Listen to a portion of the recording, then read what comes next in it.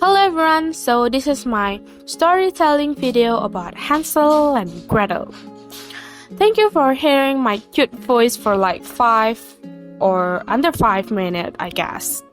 And by the way, my name is Diandra Ardira Pratiwi from 8A class, and my number absence is 5. Enjoying watch my videos. I'm sorry, that was a mistake. And yeah, bye bye. Once upon a time, there was a family that lived in a small house deep in the forest. The father was a woodcutter who worked hard to provide for his wife and 2 children named Hansel and Gretel. Sadly, their mother had passed away when they were very young, and they were very sad without her. One day, the woodcutter decided to remarry the mean wife.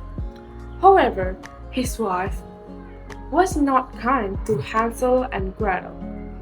She was always mean to them and treated them poorly. The woodcutter, not knowing what else to do, took Hansel and Gretel to deep into the forest and left them there, all alone. Hansel, being a clever boy, had brought some breadcrumbs with him. He dropped them on the ground as they walked,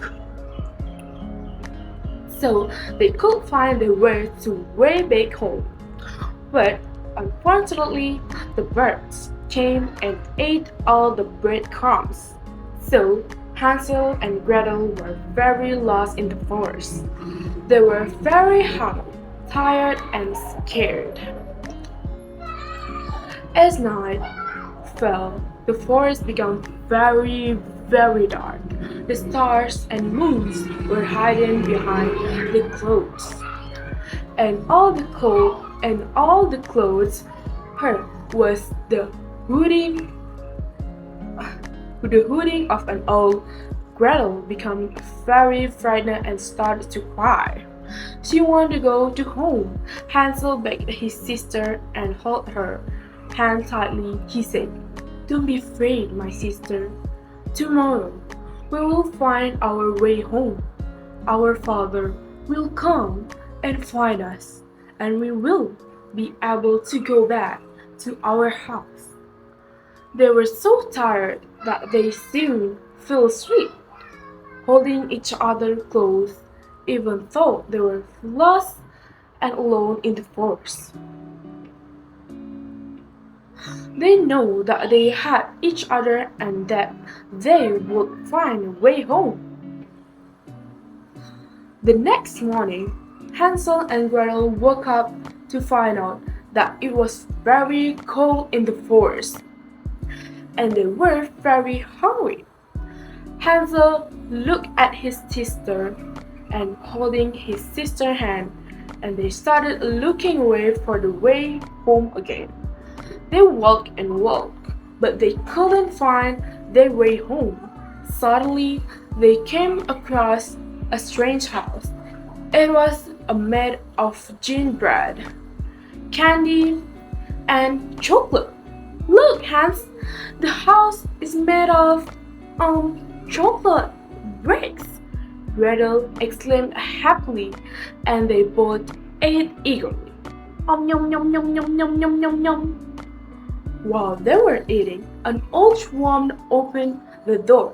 She had a very long pointed nose and pointed nose. She looked at the children and smiled. "You kids seem to be hungry. Come, I'll prepare a nice meal for you," she said. So the kids went in, but they didn't know that the woman was a witch. As soon as Hansel and Gretel started to in the house, she locked the door behind them. Then she caught Hansel and locked him in a cage Gretel said to crying again. The witch wanted to roast and eat Hansel.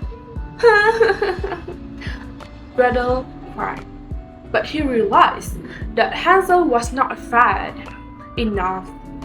So she started to cooking delicious food for Hansel every day so that he would get fat. And she cooked at him. Poor Gretel had to cook every day.